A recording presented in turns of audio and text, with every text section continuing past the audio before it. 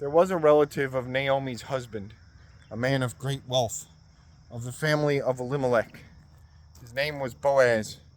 So Ruth, the Moabitess, said to Naomi, "Please let me go to the field and glean heads of grain after him, in whose sight I may find favor." And she said to her, "Go, my daughter." Then she left and went and gleaned in the field after the reapers. And she happened to come to the part of the field belonging to Boaz, who was of the family of Elimelech. Now behold, Boaz came from Bethlehem and said to the reapers, "The Lord be with you." And they answered him, "The Lord bless you." Then Boaz said to his servants, who was in charge of the reapers, "Whose young woman is this?" So the servant who was in charge of the reapers answered and said, "It is the young Moabite woman who came back with Naomi from the country of Moab."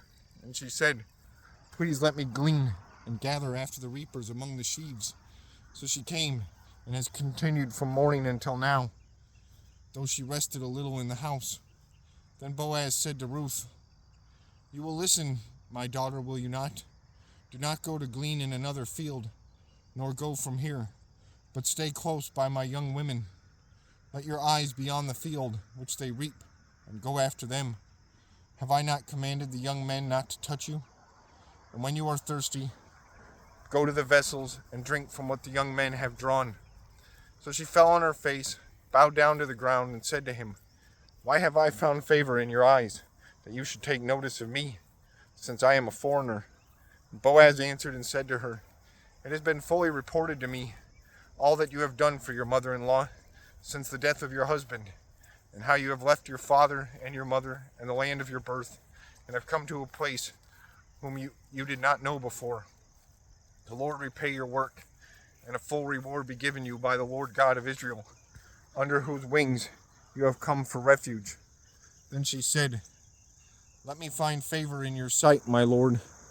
You have comforted me, for you have comforted me, and have spoken kindly to your maidservant, though I am not like one of your maidservants."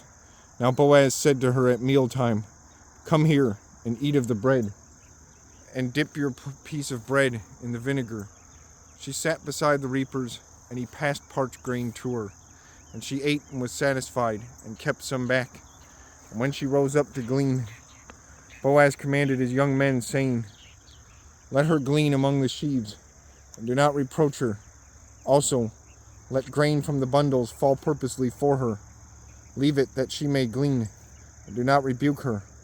So she gleaned in the field until evening, and beat out what she had gleaned, and it was about an ephah of barley. Then she took it up and went into the city. And her mother-in-law saw what she had gleaned. So she brought and gave to her what she had kept back after she had been satisfied. And her mother-in-law said to her, "What have you gleaned today, and where did you work? Blessed be the one who took notice of you." So she told her mother-in-law with whom she had worked, and said, "The man's name with whom I work today is Boaz." Then Naomi said to her daughter-in-law, "Blessed be he of the Lord, who has not forsaken his kindness to the living and the dead." And Naomi said to her, "This man is a relation of ours, one of our close relatives." Ruth the Moabitess said, "He also said to me, 'You shall stay close by my young men until they have finished all my harvest.'" And Naomi said to Ruth her daughter-in-law, "It's good, my daughter, that you go out with his young women, and that people do not meet you in any other field."